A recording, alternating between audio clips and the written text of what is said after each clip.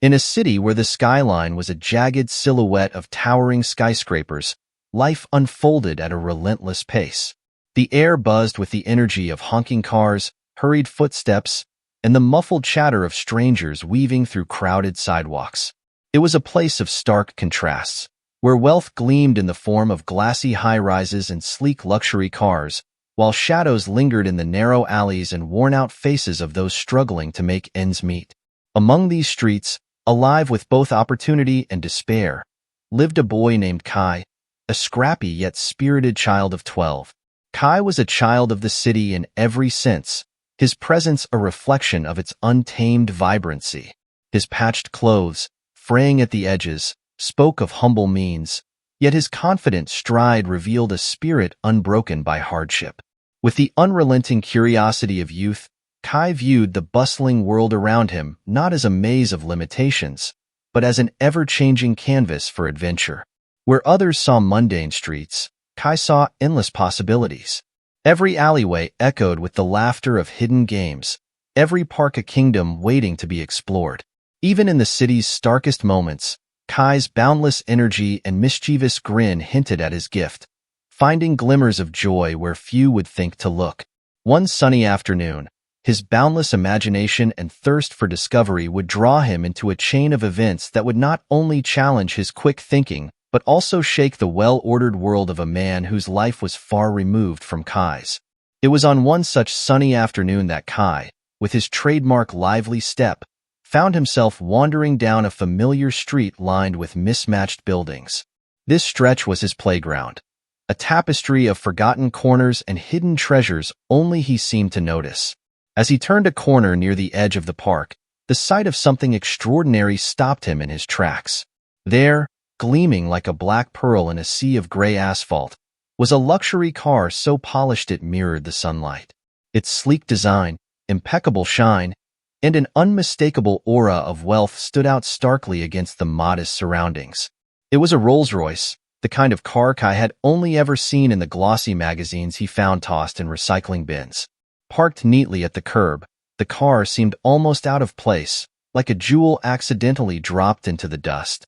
Kai's gaze lingered on it, his mind buzzing with questions. Who owned it?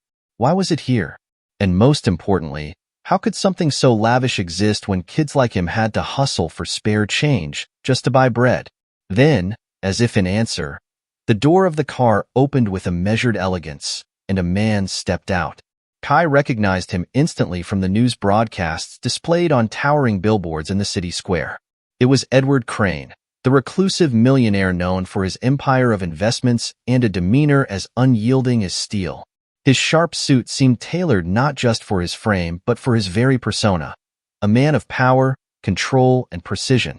Edward's movements were deliberate as he adjusted his cufflinks and surveyed his surroundings with the detached air of someone who seldom had to look down. He appeared oblivious to the world beyond his car's leather interior, his expression devoid of curiosity or warmth. To Kai, Edward embodied everything the boy couldn't understand about the lives of the rich, aloof, untouchable, and entirely out of reach. But Kai didn't feel envy. He felt mischief.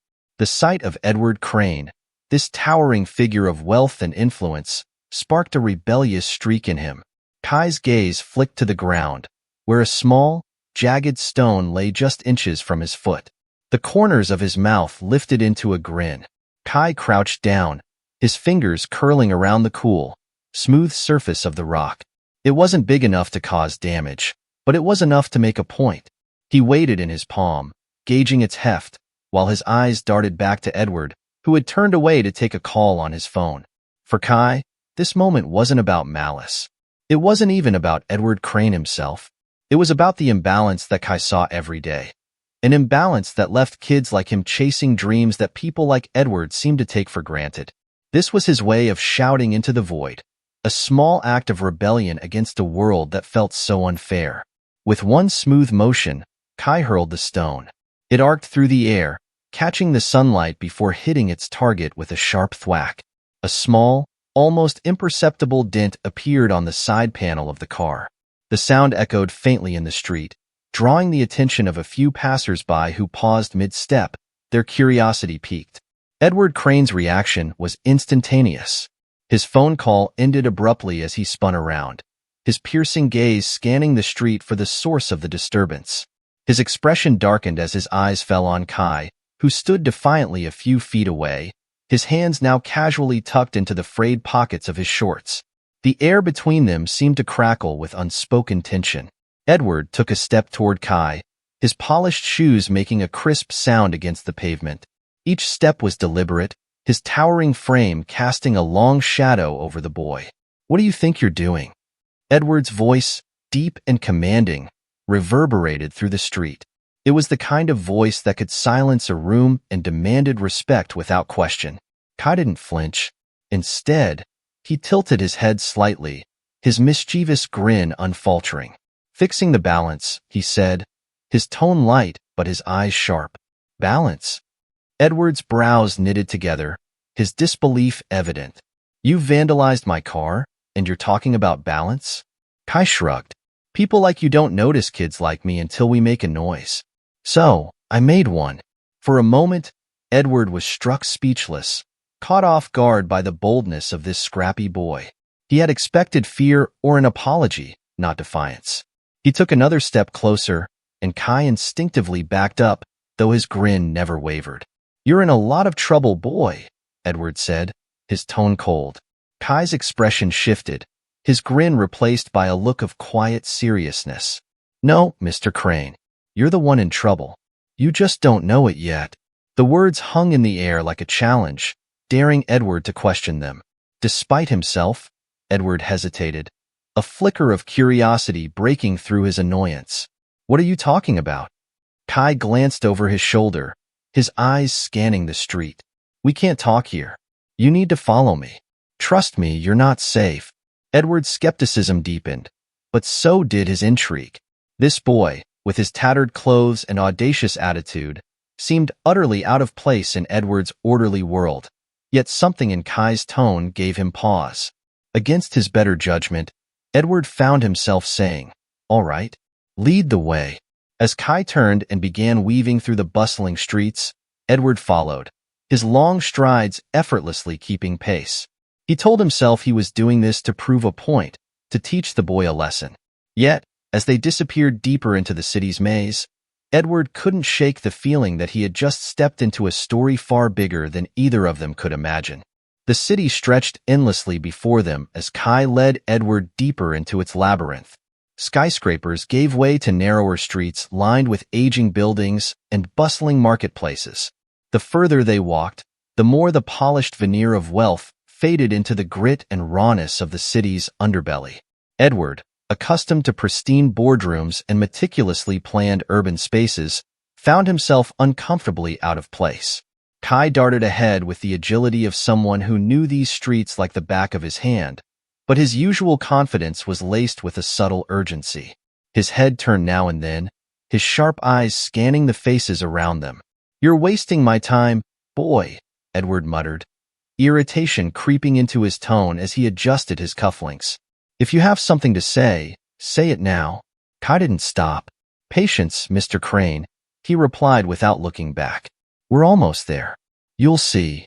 Edward's irritation turned to unease. There was something in Kai's voice, a seriousness he couldn't ignore. It wasn't the bravado of a mischievous child, but the weight of someone who truly believed in what he was saying. Finally, they turned a corner and entered an alley behind the old park. Here, the sounds of the city faded into a muffled hum. Kai stopped abruptly, spinning around to face Edward. "Listen," Kai said, his voice steady now, the playfulness gone. "You've made enemies, Mr. Crane, real ones, and they're close." Edward's brow furrowed. "Enemies? Do you have any idea who you're talking to?" "Yeah," Kai shot back, crossing his arms. "Edward Crane, the guy who's got more money than he'll ever need. The guy who signs deals that make people rich, or ruin them." Edward's eyes narrowed. "What are you insinuating?" "I overheard some guys," Kai continued, ignoring the question. "They were talking about you. They said you've stepped on too many people, that it's time someone stepped back." Edward's heartbeat quickened, but he refused to show it. "And you expect me to believe that you, a child throwing rocks at cars, are my savior? Kai's gaze didn't waver. I don't care if you believe me, but if you don't take this seriously, you'll regret it. The weight in Kai's words settled over Edward like a storm cloud. For a man who thrived on control, the idea of being vulnerable was foreign and terrifying. He opened his mouth to retort when Kai's head snapped toward the mouth of the alley. Get down, Kai hissed, pushing Edward against the wall. A group of men entered the alley, their strides purposeful, their expressions grim. Edward's heart sank as he recognized one of them, Martin Greaves, a former business associate Edward had publicly humiliated during a high-stakes negotiation. Kai whispered urgently, "They're here for you. Follow me if you want to get out of this alive." Edward had no choice. For the first time in years, he wasn't the one in control. Kai pulled Edward down a side path that led into the old park, their footsteps muffled by the dirt trails and scattered leaves. The transition was stark, away from the cold, sharp edges of the city into a space where nature reclaimed its ground. The tall trees arched above them like guardians, their branches blocking out the glare of the sun. "Why here?" Edward asked in a harsh whisper, struggling to keep up with Kai's quick pace. "They won't follow us this deep," Kai said, his voice low but confident. "Not right away. They think they're smarter than us, so they'll take their time, thinking they can corner you." Edward glanced over his shoulder, the memory of Martin's glare still vivid. "And you think this is better than calling the police?" Kai scoffed. "What do you think the cops will do? These guys probably have half the force in their pockets." The logic stung, but Edward couldn't dismiss it. His world of clean-cut deals and clear solutions didn't seem to apply here. Kai suddenly veered off the main path, leading Edward to a hidden nook surrounded by dense bushes and a canopy of leaves. "Stay low," Kai instructed, crouching behind the cover. Edward hesitated, but a quick glance at the path they'd left, now filled with distant, ominous shapes, convinced him to follow suit. He crouched next to Kai, his expensive suit now smeared with dirt. As the sounds of footsteps grew closer, Kai whispered, "When I tell you to run, don't think. Just move." Edward stared at him, incredulous. "And what about you?" Kai grinned, a flicker of his earlier mischief returning. "I'll be fine. I've got practice dodging people who want to catch me." The footsteps stopped, and Edward held his breath. The men were just a few feet away, their low voices carrying in the stillness. "He has to be close," one of them growled. Kai leaned close to Edward and whispered, "I've got a distraction ready. Just trust me." Before Edward could protest, Kai picked up a rock and threw it toward a thicket on the opposite side. The sound of rustling leaves and a faint thud drew the men's attention instantly. "There!" one of them shouted, running toward the sound. "Run!" Kai hissed, pulling Edward to his feet. They bolted from their hiding spot, weaving through the trees with the agility of hunted animals. Edward's lungs burned, but adrenaline kept him moving. He couldn't believe he was relying on a boy to lead him to safety, but in this moment, Kai seemed more capable than anyone Edward had ever known. They emerged onto a small clearing where an old stone fountain stood, its water long dried up but its intricate carvings still visible. Kai stopped, catching his breath, and pointed to a narrow trail leading further into the park. "That way," he said, panting. "It'll take us to the edge of the park. From there, I know a place we can hide." Edward looked at the boy, a mix of exhaustion and gratitude washing over him. "You're serious about this, aren't you?" Kai met his gaze, his eyes steady. "I may not be rich, but I know these streets, and I'm not about to let those guys win." Edward nodded, his respect for the boy growing. For the first time in years, he felt something stir within him, a strange mix of humility and hope. "Lead the way," he said, and together they vanished into the shadows of the park, ready to face whatever came next. Kai led Edward along the narrow trail, his small frame darting between the trees with ease. Edward, on the other hand, stumbled over roots and ducked clumsily under low-hanging branches, his polished shoes caked with dirt. The deeper they ventured, the more the city seemed to fade, replaced by the quiet rustle of leaves and the occasional chirping of birds. Finally, they arrived at a hidden clearing where the park opened up into a grove. Tucked in the center was a weathered wooden shed, partially covered in ivy. The structure looked like it hadn't been used in years, its roof sagging slightly and its windows clouded with grime. "This is it," Kai announced, pushing open the creaky door. "No one comes here anymore. We'll be safe for now." Edward hesitated at the threshold, eyeing the shed with suspicion. "This is your idea of a safe place?" Kai rolled his eyes. "You're welcome to go back to the guys who want to break your legs." With a reluctant sigh, Edward stepped inside. The air was musty, thick with the scent of damp wood and forgotten memories. Cobwebs hung in the corners, and old gardening tools were strewn haphazardly on the floor. "Charming," Edward muttered, brushing off his suit jacket. Kai ignored the comment, already scanning the room. He pulled over a wooden crate and motioned for Edward to sit. "You're gonna want to rest." "It's not over yet." Edward sat stiffly, his long legs awkwardly folded in the cramped space. For a moment, he watched Kai move around the shed, the boy's energy a sharp contrast to his own weariness. "What exactly is your plan, Kai?" Edward asked, his voice edged with skepticism. Kai paused, leaning against the wall with his arms crossed. "First, we wait. If those guys don't find us, we'll figure out the next step. If they do," he trailed off, a mischievous grin spreading across his face. "Well, let's just say I'm good at disappearing." Edward leaned back against the crate, rubbing his temples. "This is insane. I should have gone to the police." Kai's expression turned serious. "You think the cops are gonna help you? Guys like Martin don't play fair. They'll pay off whoever they need to. Right now, you've got me, and I know these streets better than anyone." Despite himself, Edward felt a flicker of admiration for the boy. Kai's confidence was unshakable, his resourcefulness beyond anything Edward had expected. "All right," Edward said finally, his voice softening. "What's next?" Kai's face lit up. "We outsmart them. That's what's next." As they settled into the shed, Kai moved to a small crack in the window, peeking out to keep watch. The tension in the air was palpable, the silence broken only by the distant sounds of the park. Edward leaned forward, resting his elbows on his knees. "You said you overheard something. What exactly did you hear?" Kai turned to face him, his expression grave. "I was at the old market yesterday. Martin and his guys were talking near the loading dock. They didn't see me, but I heard enough. They're mad about some deal you made. Something about cutting them out of a big project. They said it's time you paid the price." Edward's jaw tightened. The memories came rushing back, the tense negotiations, the hostile stares, the veiled threats. Martin had been a thorn in his side for months, but Edward had dismissed him as just another sore loser. "I didn't think he'd go this far," Edward admitted, more to himself than to Kai. "Yeah, well, he has," Kai said bluntly. "And now we've got to figure out how to stay a step ahead of him." Before Edward could respond, a sound outside made them both freeze, a low, crunching noise like footsteps on gravel. Kai motioned for Edward to stay silent, his small hand raised as he crept toward the window. Peering out, he spotted 3 men moving cautiously through the grove, their eyes scanning the area. "They're here," Kai whispered, his voice barely audible.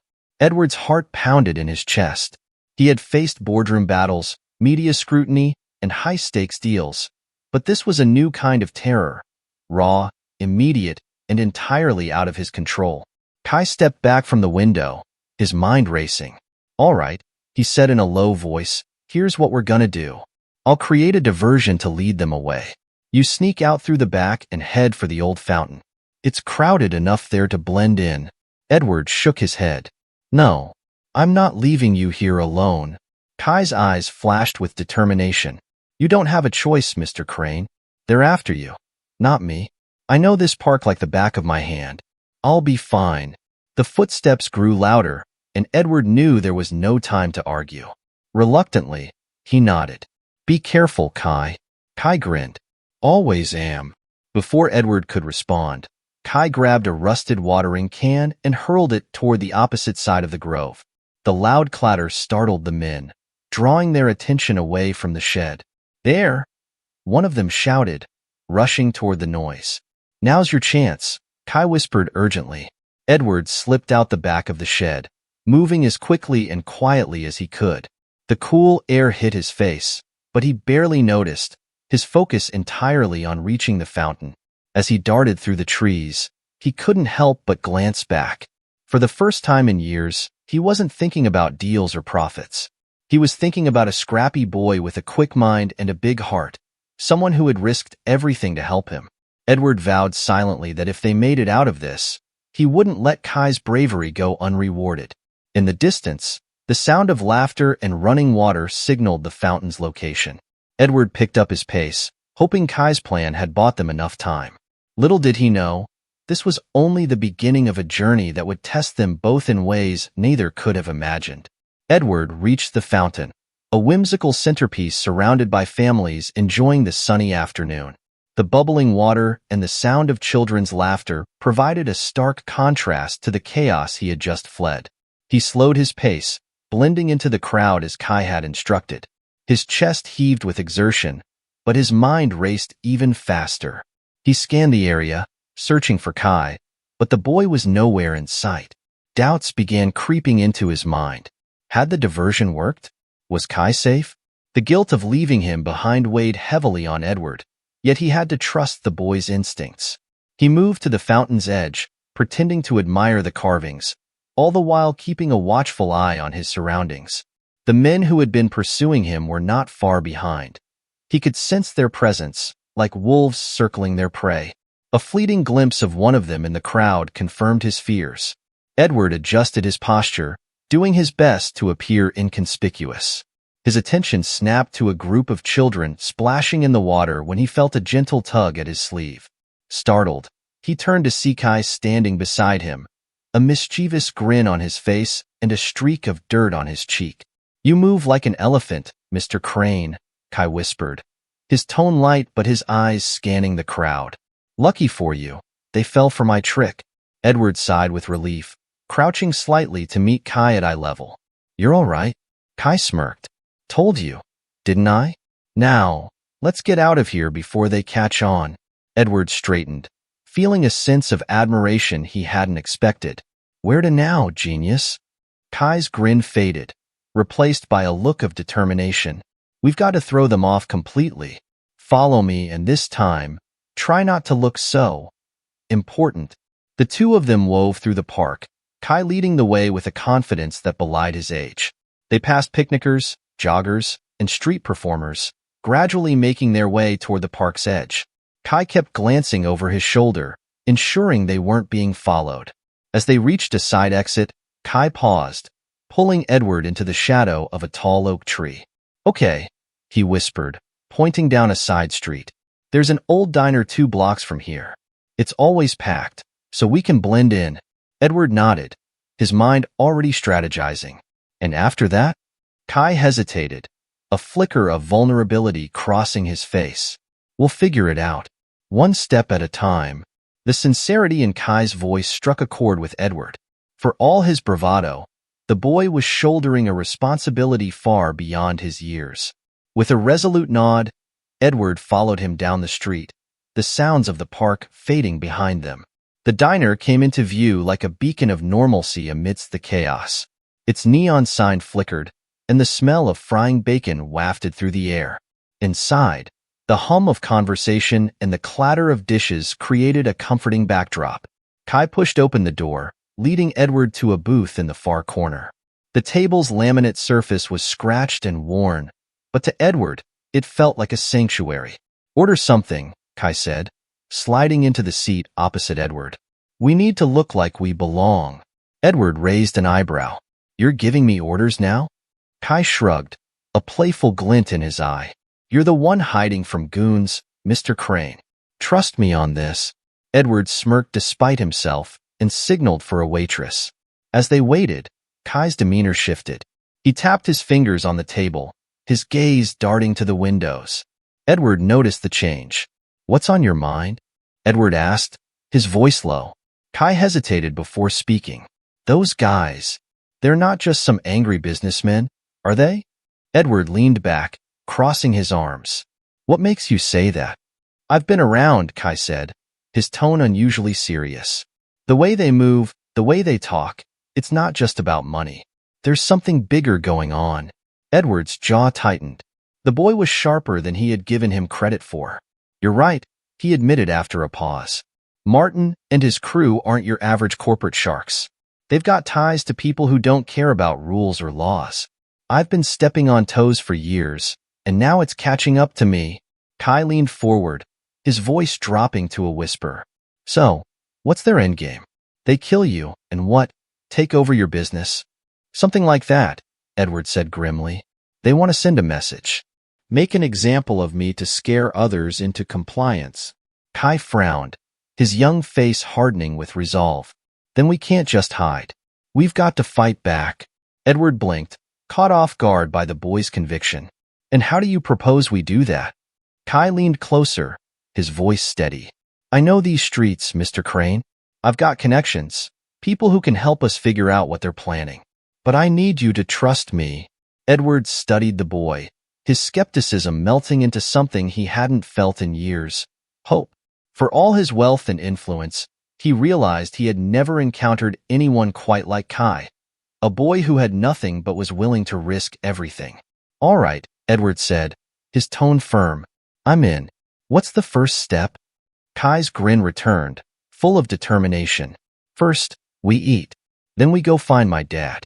He's the only one who can help us take these guys down. Edward's curiosity piqued. Your dad? Kai nodded. He's not rich or powerful like you, but he's got street smarts. And he doesn't back down from anyone. As the waitress arrived with their orders, Edward felt a strange sense of calm. For the first time in years, he wasn't facing his problems alone. Together, he and Kai were about to embark on a journey that would test their courage, ingenuity, and trust in each other, changing both their lives in ways they couldn't yet imagine. After finishing their meals, Kai and Edward left the diner and moved through the city with renewed purpose. The streets felt less daunting with a plan in place, even if that plan relied on a father Edward had never met. Kai led the way, his sharp eyes scanning the surroundings for any signs of danger. We're almost there, Kai said, turning into a quieter part of the city. The buildings here were older, their brick facades softened by time. The street was lined with small businesses, a laundromat, a hardware store, and at the end, a modest auto repair shop. Kai stopped in front of the garage. Its sign faded but legible. Jacob's Auto Repair. This is it, Kai announced, pushing open the door to the sound of clanging tools and the low hum of conversation. The smell of oil and grease filled the air, and a tall, broad-shouldered man looked up from under the hood of a car. His hands were covered in grime, but his face lit up with a mixture of surprise and concern when he saw Kai.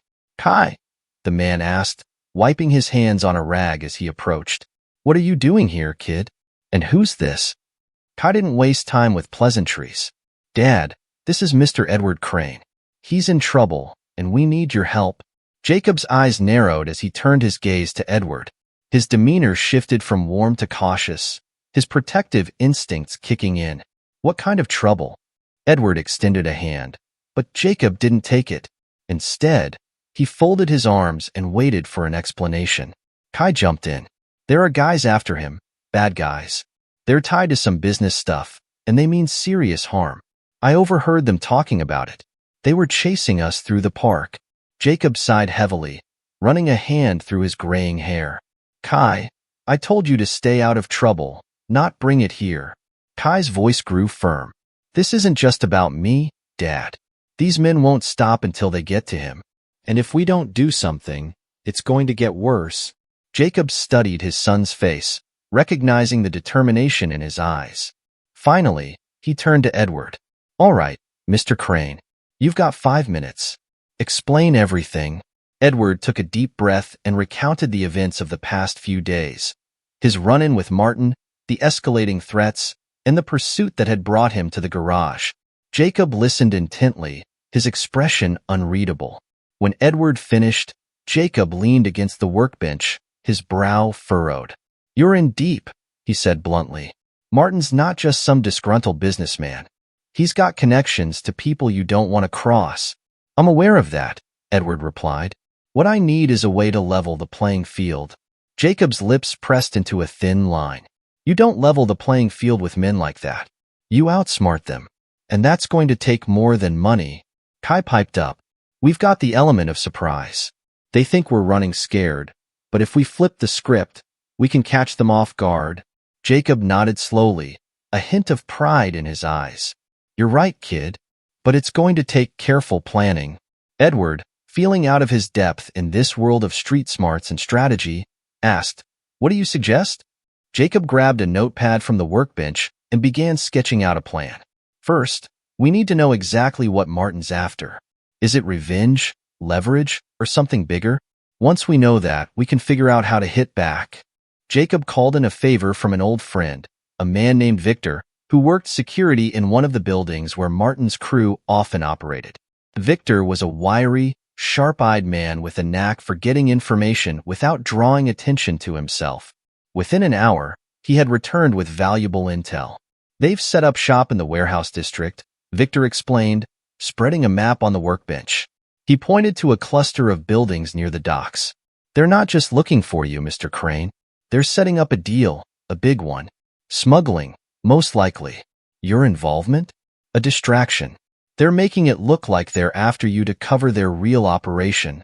Edward leaned over the map, his jaw tightening. So, they're using me as a decoy? Exactly, Victor confirmed.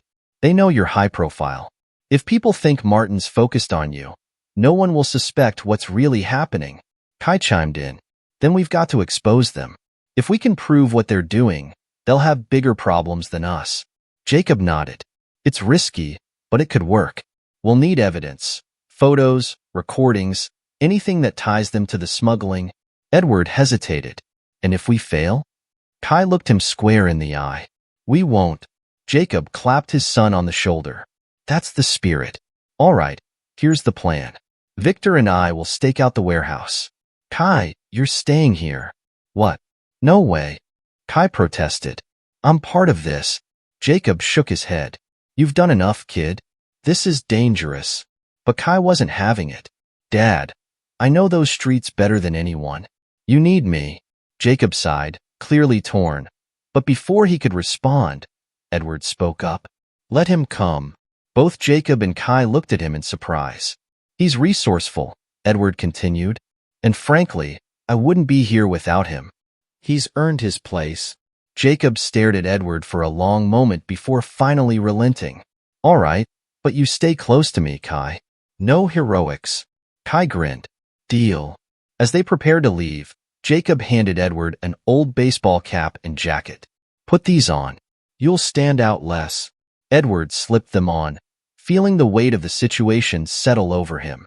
For the first time in his life, he wasn't the one giving orders. Instead, he was part of a team he never expected to find in the unlikeliest of places. Together, they set off toward the warehouse district, ready to face whatever dangers lay ahead.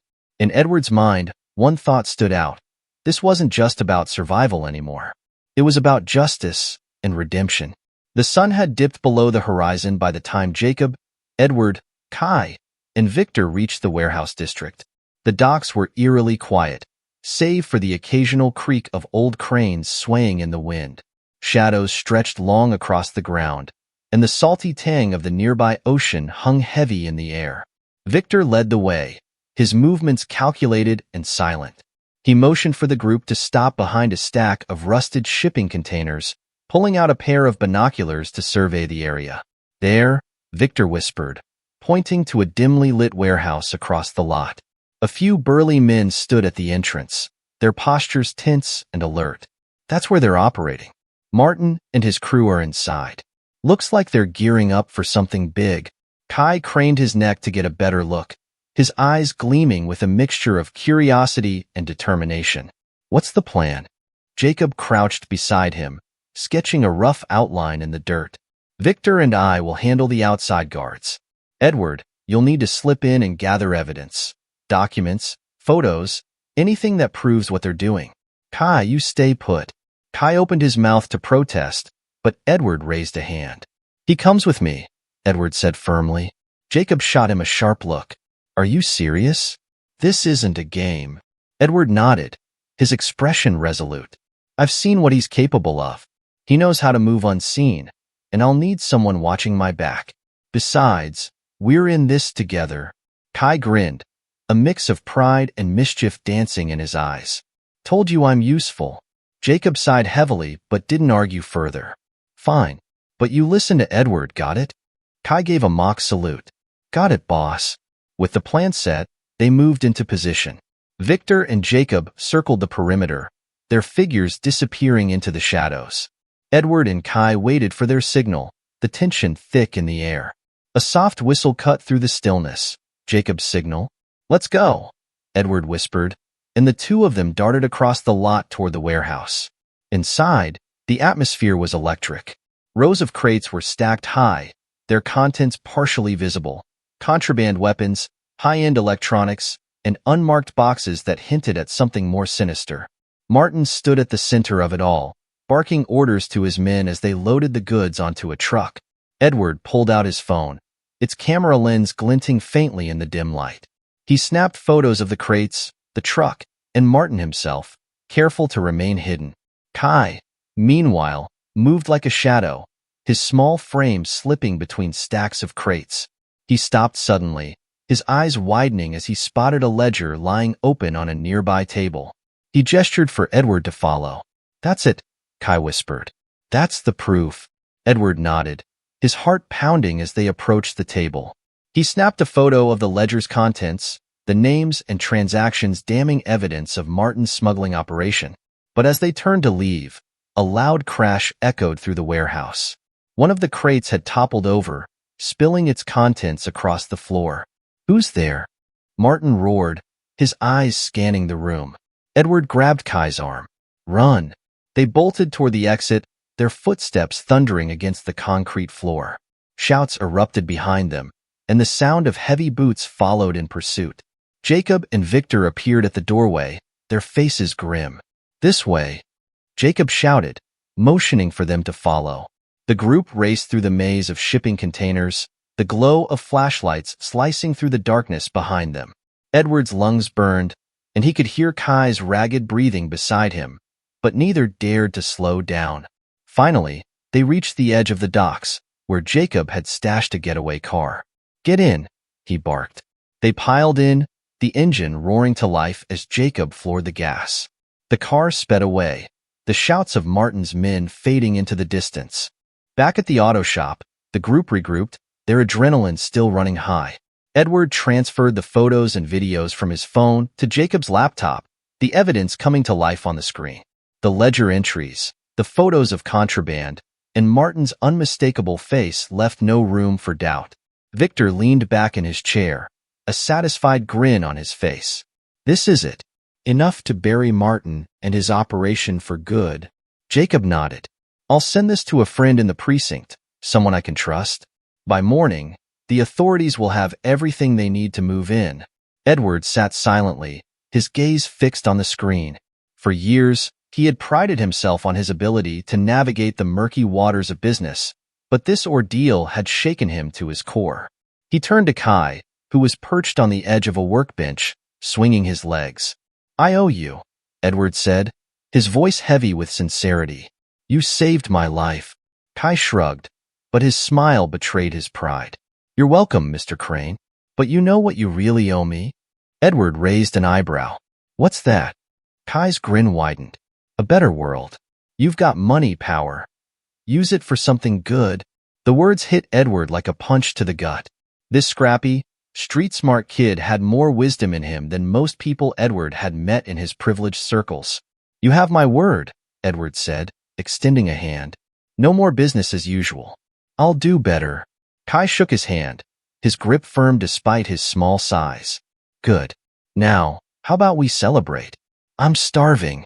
Laughter filled the shop as Jacob ordered a round of pizza. For the first time in years, Edward felt something he hadn't in a long time. Hope. The next morning, news broke of a massive police raid on the warehouse district. Martin and his men were arrested, their smuggling operation dismantled. The headlines hailed Edward as a whistleblower, though he knew the real hero was sitting across the table from him, munching on a slice of pepperoni pizza. As they celebrated, Edward looked at Kai and Jacob, realizing he had found something far more valuable than wealth, genuine connection and purpose. It was a lesson he would carry with him. one that began with a stone, a dented car, and a boy with a heart bigger than the city itself.